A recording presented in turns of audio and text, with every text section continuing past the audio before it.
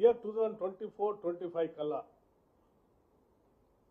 Close అయ్యేటువంటి మైళ్ళు JK 5 OC RGOC 1 express SRP 1 enclave RK 5 enclave RK 6 enclave RK NT RKP OC phase 1 ఇవి 2024-25 కల్లా close అయ్యే పరిస్థితి వచ్చినటువంటి బ్లాక్స్. అలాగే 25-26 కల్లా కేటీకే 6 ఎంక్లేవ్ 27-28 కల్లా చూస్తే దాదాపు 10 బ్లాక్లు క్లోజ్ అయ్యే పరిస్థితి వచ్చేసి అయిపోయింది. 10 బ్లాక్లు అంటే Krishnaram OC, PK OC, KOC 2, RGOC 3, KHGOC, GDK 11 enclave, VKP, KK 5, RK 7, IK 1A అంటే నియరింగ్ అబౌట్ 10 బ్లాక్స్ బంద్ అయిపోతుంది. 2032-33 కల్లా ఇంకొక 7 బ్లాక్స్ బంద్ అయిపోతుంది. అట్లాగే 37-38 కల్లా ఇంకొక 4 బ్లాక్స్ బంద్ అవుతుంది. 42-43 కల్లా ఇంకొక 6 బ్లాక్స్ బంద్ అవుతుంది. ఇట్లా బ్లాకులన్నీ ఇప్పుడు ఇలాగే కొనసాగితే ఇవన్నీ బంద్ అయిపోతే అదనంగా కొత్త కోల్ మైన్స్ తెచ్చుకోకపోతే సింగరేణి ఉనికే ప్రమాదంలో పడేటువంటి పరిస్థితి ఉంది.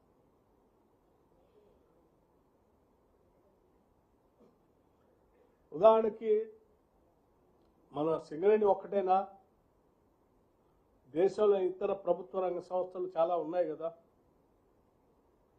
ఏమున్నాయి? కోల్ ఇండియా ఉంది, ఎన్టీపీసీ ఉంది, Tamil Nadu Genco, SLC, Andhra Pradesh mineral corporation, Assam mineral, Gujarat mineral development corporation. ఇప్పటి వరకు దాదాపు 109 బొగ్గు బ్లాకులకు వివిధ ప్రభుత్వ ప్రైవేట్ సంస్థలు వేలం పాట పాడి ఇవన్నీ దక్కించుకున్నాయి. సో దేశంలో ఉన్నటువంటి ప్రభుత్వ రంగ సంస్థలు ఆక్షన్ పెట్టే సమయంలో వాళ్ళు అలర్ట్గా ఉండి అందులో పాల్గొని ఇన్ని 109 బ్లాకులు వాళ్ళు పొందితే సింగరేణి కాలనీస్ ఒక్క బ్లాక్ కూడా పొందలేదు. Who's at loss? రాష్ట్రము సింగరేణి.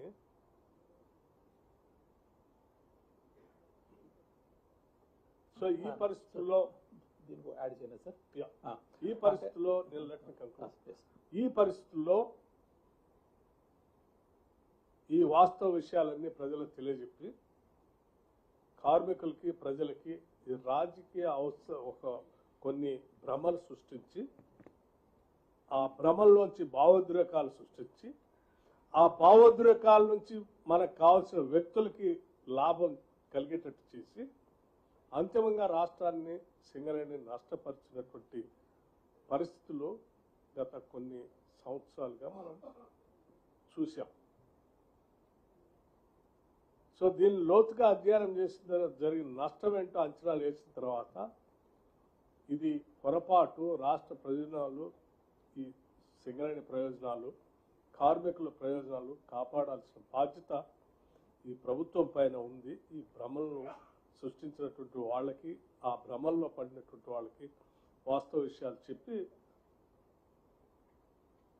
కోల్ బ్లాక్స్ ఆక్షన్ ఎక్కడ జరిగినా సింగరేణి కాలనీస్ పార్టిసిపేట్ చేయాలని చెప్పి అటు కార్మిక సంఘాలు, ఈ బోర్డు తీసుకున్న నిర్ణయాన్ని ప్రభుత్వం కూడా సింగరేణి కాలనీస్ చూస్తున్నటువంటి వాళ్ళు తప్పనిసరిగా సింగరేణిని రాష్ట్రాన్ని కాపాడే విధంగా మేము నిర్ణయం చేయండి అని చెప్పి వారికి చెప్పడం జరిగింది. ఇది ఈరోజు తీసుకున్నటువంటి నిర్ణయం. సో దయచేసి కేవలం కోలే కాకుండా భవిష్యత్తులో, ఎందుకంటే ఈ రాష్ట్రానికి ఉన్న అతిపెద్ద ప్రభుత్వ రంగ సంస్థ సింగరేణి కాలనీస్, మహానుభావులు ఎప్పుడో స్టార్ట్ చేసి మనకంటే ముందున్నటువంటి పెద్దలంతా దీన్ని కాపాడుకుంటూ ఈ రాష్ట్రానికి వారసత్వంగా ఇచ్చి వెళ్ళారు. అటువంటి దాన్ని తిరిగి కాపాడి ఆర్థికంగా హెల్దీగా తయారు చేసి భవిష్యత్ తరాలకు అందించాల్సిన బాధ్యత కూడా ఈ రాష్ట్ర ప్రభుత్వం పైన ఉన్నది.